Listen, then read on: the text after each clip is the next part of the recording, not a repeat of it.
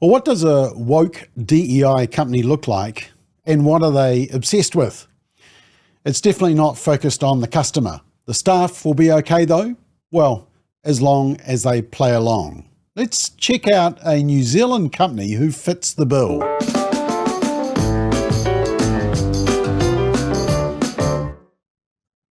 So as I mentioned last week, diversity, equity and inclusion is terminal. DEI has been about simply ramming down and enforcing viewpoints and ideologies rather than delivering good services and products and rewarding effort and excellence. It's a form of Marxism which has never worked, but there's been a cultural tipping point. DEI is dying. But have New Zealand companies realised this? Well, it appears not. But firstly, just a quick recap. So DEI, diversity, which is identity politics, defined by your sexuality, gender, race, colour, disability, which is all called intersectionality. You're a victim, unless you're white and male. Inclusion, which means we include everyone, but it's based on their definitions, which you must agree with. Language defined by the left, their definition of marriage, gender, sexuality, decolonisation, environmentalism, critical theory based on certain racial groups being victims and white people being oppressors. And finally, equity, which is Marxism 101. Everyone must have the same outcome, irrespective of effort, talent, and character. But as I said last time, what DEI actually is deception, because it's confusion around gender, sexuality, and it's disunity. It's based on racial conflict. It's inequality because there's special rights for special groups. And it's exclusion. You get the cancel culture if your views don't align with the new woke virtues. Now, they'll say, and the media will say, it's all about inclusion and diversity. It's not. Try going into a DEI meeting at your workplace and try reading the Bible verses on marriage, or on being created male and female, or that we are one in the sight of God. The expectation is that every business, every charity, every organisation should adopt this philosophy. But the narrative is slowly dying. And partly because Donald Trump has removed any hint of it in any government department in the US since his inauguration, but it was already crumbling before even that. McDonald's, Walmart, Target, Ford, John Deere, tractors, Harley-Davidson bikes, Zoom, Google, Meta, which is Facebook, Microsoft, they've actually decided to focus on the customers. Shock horror. And the reason DEI is crumbling is because the research it was based on was quackery. The Wall Street Journal published an article about how consulting firm McKinsey announced in 2015 that it had found a link between profits and executive racial and gender diversity. And this research was used by investors, lobbyists and regulators to push for more women and minority groups on boards and to justify investing in companies that appointed them. But the only problem was that, according to the Wall Street Journal, academics tried to repeat McKinsey's findings and they failed. They concluded there is in fact no link between profitability and executive diversity. The only thing that the study found was that big companies that are highly profitable and have lots of money to throw around on dumb things could more easily afford to simply promote DEI with fewer consequences. But a company that's scrambling to launch itself doesn't have that luxury. In other words, if you've got lots of money, you can afford to be woke. But most companies are struggling to survive and just want to give a good experience to customers so they come back again. So what about in New Zealand? Well, sadly, there hasn't appeared to be much movement. It's part of the reason we started the Woke Up New Zealand website. Go to wokeup.nz, do a search on Air New Zealand, ANZ, ASB, 1NZ, Starbucks, Spark, the Warehouse, Southern Cross, even the police and the New Zealand Defence Force. But I want to show you just how woke a woke company can be. And I'm going to use Kiwibank. And look, we could actually do this expose on a number of companies, and in fact, I might do that in future McBlogs, show you some other companies.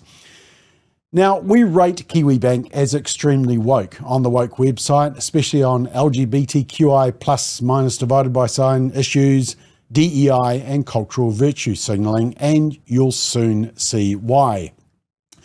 Kiwibank is a New Zealand state-owned bank, financial services provider. As of 2023, they're the 5th largest bank in New Zealand, the largest New Zealand-owned bank. Got a market share of about 9%, was established in 2001 by the Labour government. Now, Kiwibank says that their focus is offering, quote, transactional products and services, saving accounts, credit cards, and a range of lending solutions, including home loans, commercial loans, asset finance, and trade finance.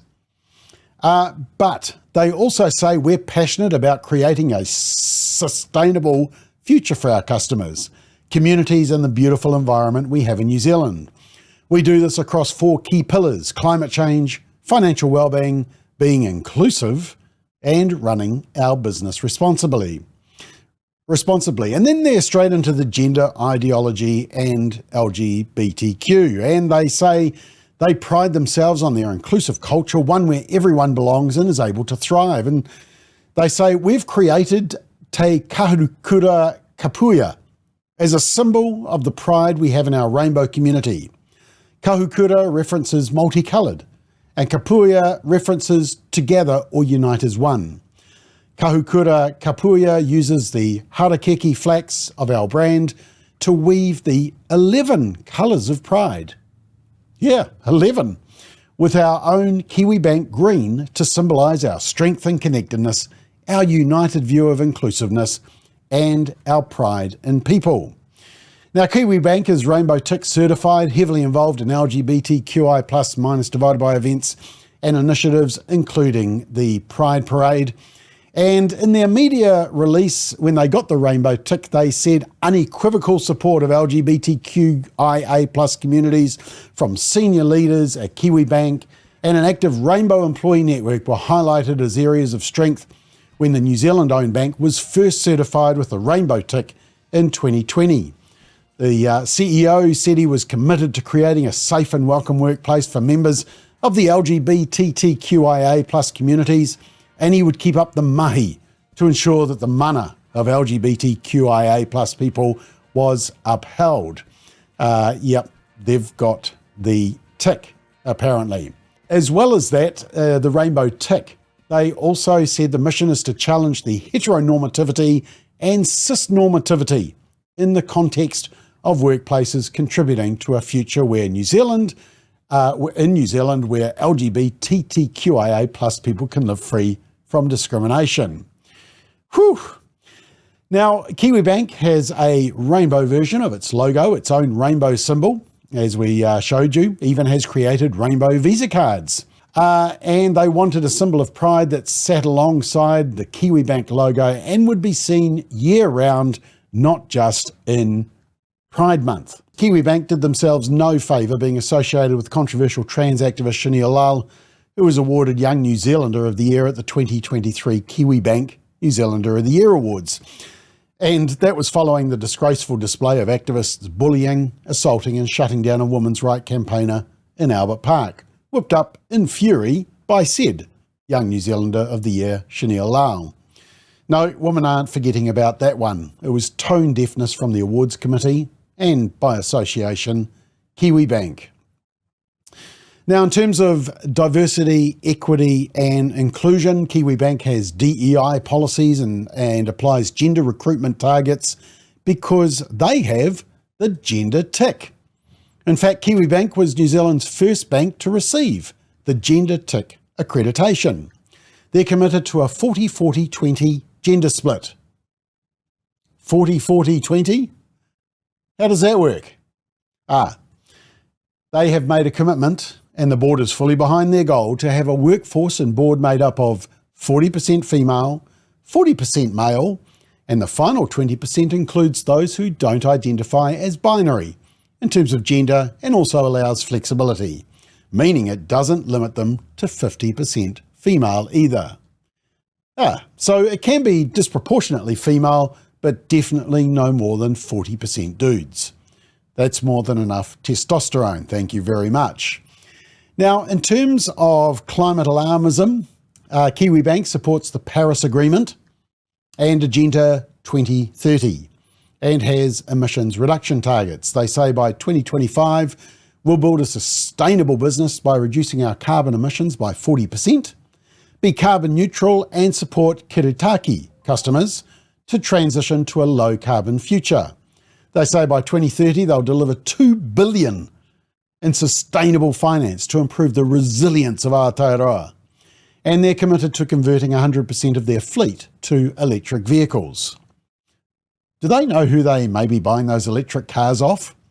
Better not be Teslas, eh?